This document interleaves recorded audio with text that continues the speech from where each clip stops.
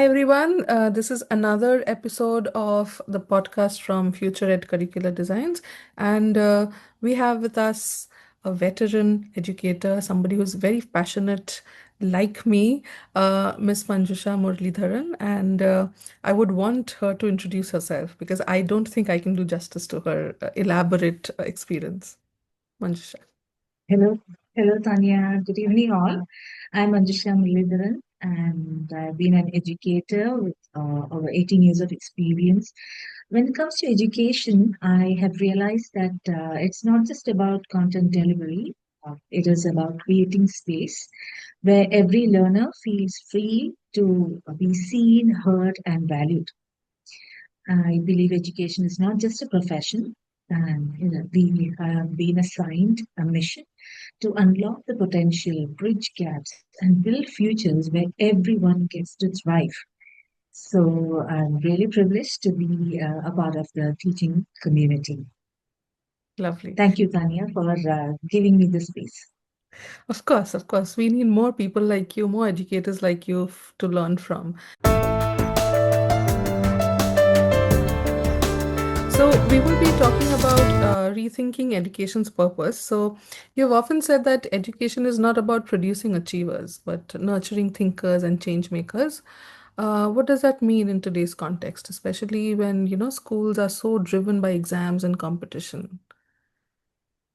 When I say this, I am really speaking about the daily scenario that all of us come across in all schools, irrespective of the curriculum or the state.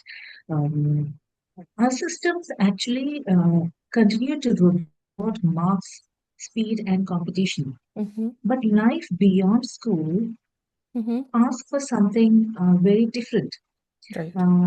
We ourselves, as educators, we have come across instances where we just stop or pause and think, what should I do? What should I say? Or how should I respond?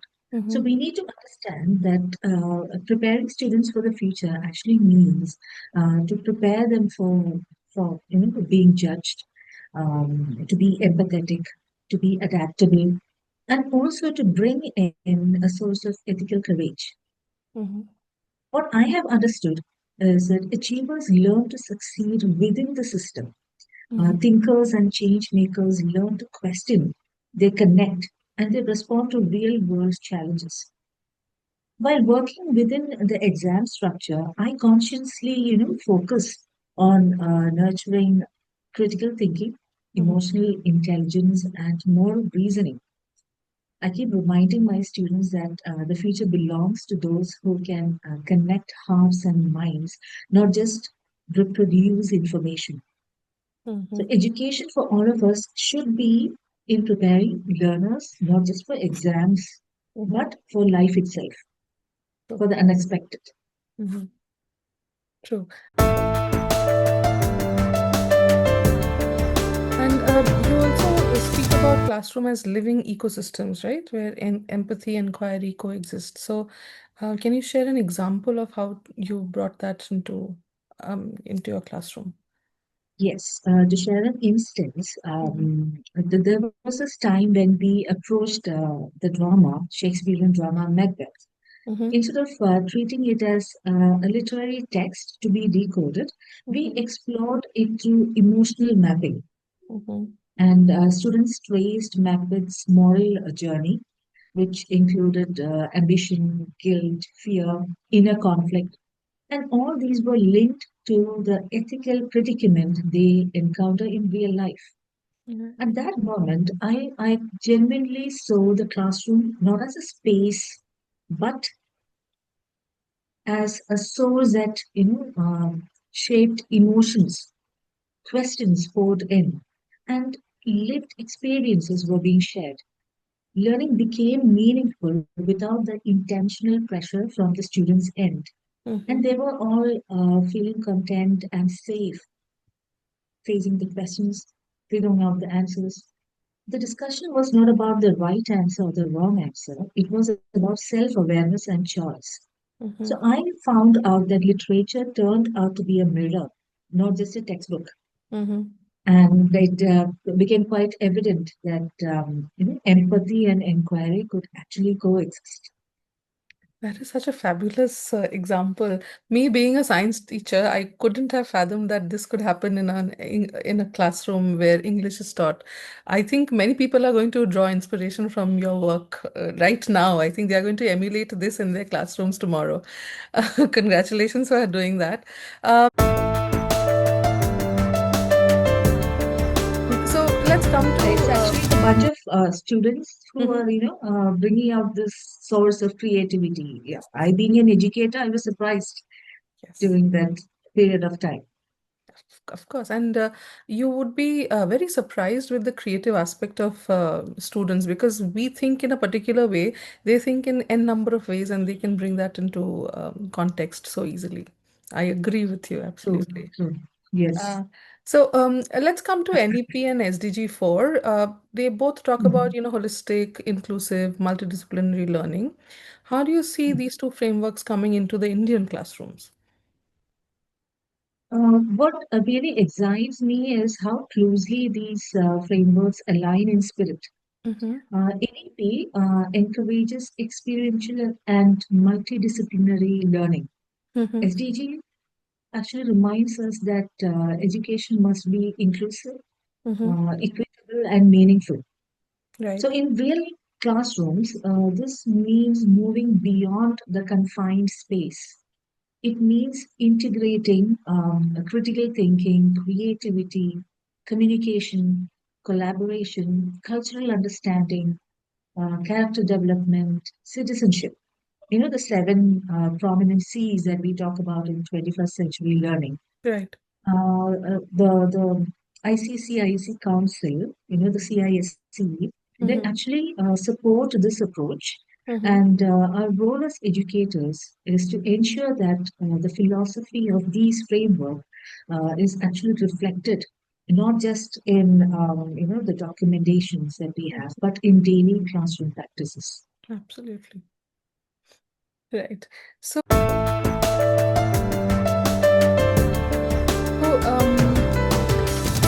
let's come to policy to practice, right? So you mentioned that challenge isn't in the policy, but translating the vision into the classroom reality. Can you just give me, you know, how can teachers bridge the gap between the document and the day to day? If you could give me some inputs to that. Yes.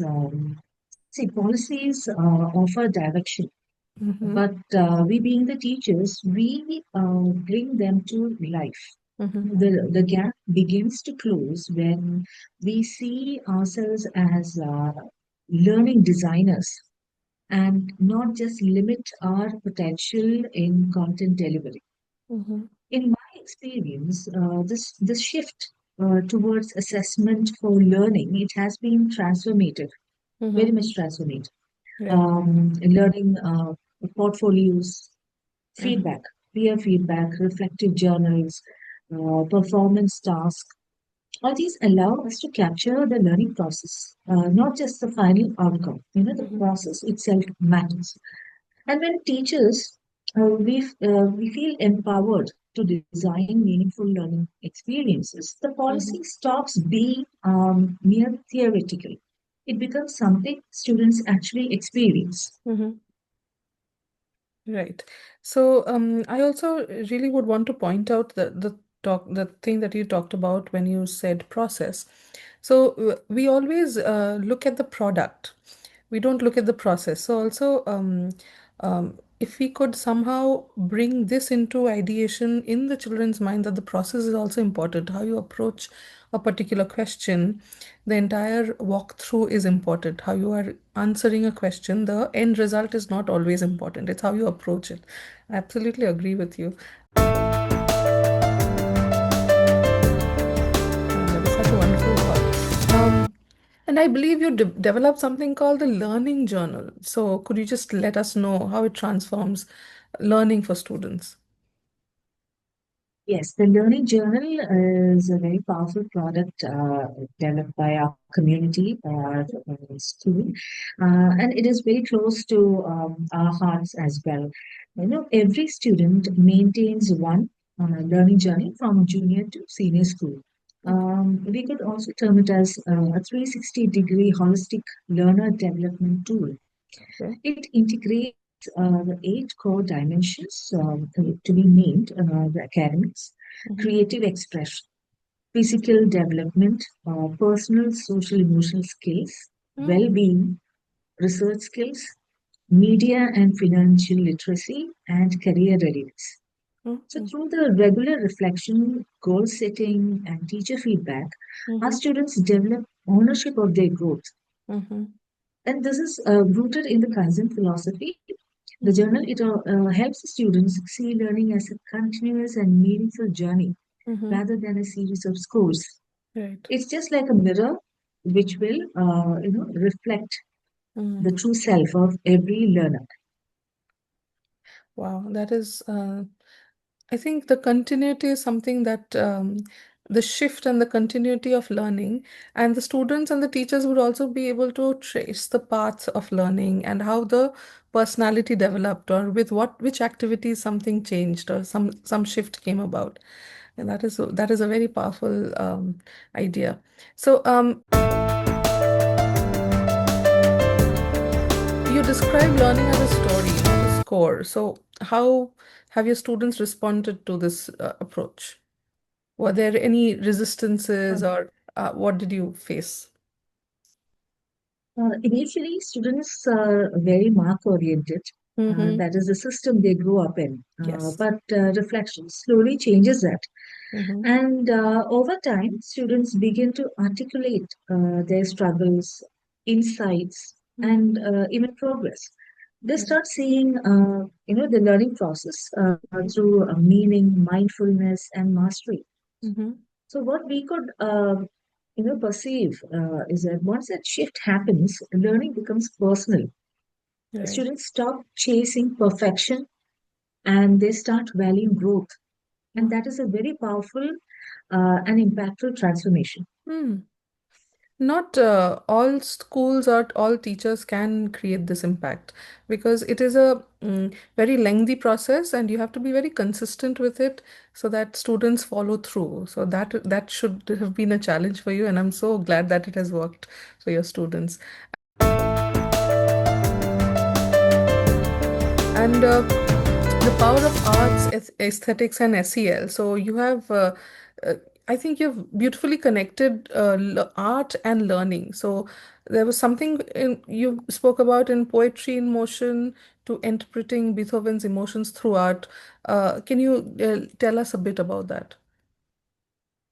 Yes, arts actually integrate thinking, feeling, and expression. We Mm-hmm. are aware of how it brings in the network, Yes. and when students engage with music, theater, or visual storytelling, Mm. learning becomes deeply human.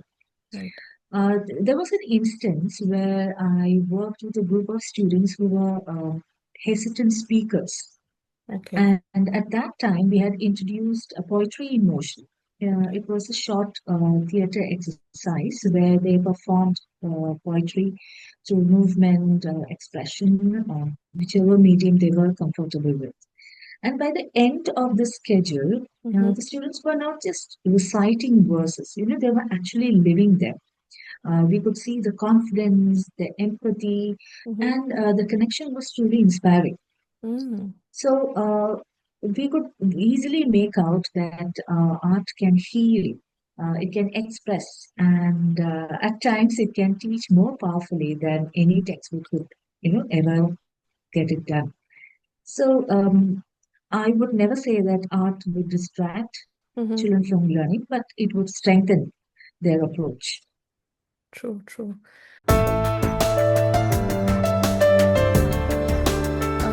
You've also said something, I think, in our conversation the other day that that really moved me, that resilience is also a form of intelligence. So it kind of resonates with something that we've heard, that um, intelligent people are the people who are open to change, right? And change can only happen not overnight. It has to happen over a period of time, which requires resilience. So can you share how emotional resilience is being nurtured in today's classrooms? Yes. While working on a poem, Beethoven, Mm-hmm. about the famous musician, Mm-hmm. my students realized that creativity and pain often coexist. Through reflection and artistic expression, Mm-hmm. they understood that resilience is not about weakness; Yeah. it's about wisdom. Yes. And that particular time or that particular session that we had actually allowed my students to express emotionally. Mm-hmm. There was no, a continuous dialogue, but there was a reflection that helped students Mm-hmm. to develop their emotional strength, and they were self-aware. Mm-hmm. I believe that in today's world, resilience is as important as academic intelligence. It will bring out the better version of who each individual assume they are, and they could also see the transition of their own, being come out Mm-hmm. in the proper way, which would actually help them out in the longer run. It is so, I'm amazed at the feat that you have achieved because students at that tender age understanding these nuanced emotional ideas is something that is lacking in a lot of the youth and a lot of people who are not being able to handle their emotions well. So I think we should talk about this a lot more and maybe do something about propagating it and letting everybody know how you've managed to do that. So let's think of working together in that those lines. Absolutely, absolutely, yes. Right. And something very striking happened when we spoke about Indian knowledge system the other day, where you mentioned that learning is a lived experience. So, how do we interpret ancient wisdom and traditions for today's learners? Because they are growing up in the modern era. How does that translate to learning? Uh, See, the reflective practices that we have discussed actually cultivate learners, Hmm. to be self-aware, articulate, and responsive. And they view learning not as a task, as what we have mentioned, and it is a journey of discovery. Hmm. And this is the most important and interesting part because this is deeply rooted in our Indian knowledge systems, Hmm. where we find art, philosophy, and education in a continuous or in a you could say a network like vibration. They are never separate. Mm. The best example would be the Gurukul model. Okay. It saw learning as a lived experience, Yes. blending body, mind, and spirit. Yes. So what we are doing now is we are simply reinterpreting that wisdom for today's learners. True. It's all the same. Hmm. I agree. I agree. There's a lot of things that we don't know about the Indian knowledge system. I think we've not been, we as learners, when we were in school or college, we've not been exposed to the culture or the wisdom of Indian knowledge system. So I think that should also be included in the teacher training model somehow. Mm. Maybe one Yes, module, one particular chapter or a subject so that we mm, also can gain a lot of inspiration from there. I absolutely agree. very true. Yes, yes. Um, so let's talk about teacher empowerment and professional growth. I think you are heavily invested in that. You've spoken about educators needing monthly conversations, spaces to share dilemmas, co-designing lessons. What is that community of practice? Why do you think it's so vital right now? See, teaching can be isolating at times, and what I have observed and what I have learned from my own experience is that monthly conversations would clearly create space for reflection, Mm-hmm. collaboration, and shared problem solving. Mm-hmm. So, growth ultimately thrives in our community. When Yes. we as educators learn together, innovation becomes sustainable I and meaningful. so agree. I And so agree. I would say the best example would be our own interaction, right, Yeah. Tanya? Yes. Yes. It's very much reflective, Yes. One and thing we are rolled into experiencing the that. other, and we are talking today. Absolutely. Yes. Yes. Yeah. Yes. So, make a distinction between lesson planning and lesson design. Can you tell me how, for a teacher, how could teacher creativity and agency be built into it, or how does a teacher approach it? Yes, lesson planning often focuses on portion coverage, Mm-hmm. and lesson design focuses on intention and experience. Mm-hmm. See, when teachers design learning, what I believe is that creativity and agency return. Yes. There should be a healthy shift from the thought that I used to think lesson planning was mere paperwork Mm-hmm. to now I understand that lesson design is a purpose.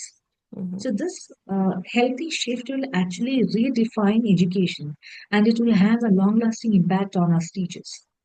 So Yes. this is exactly where the prominent um, concepts of resilience, reflection, and relationships would build up a very firm future learning process. And all the expected standards would truly come alive, and we can see it reflected in our learners' progress. Mm-hmm. Right. That is so well said. But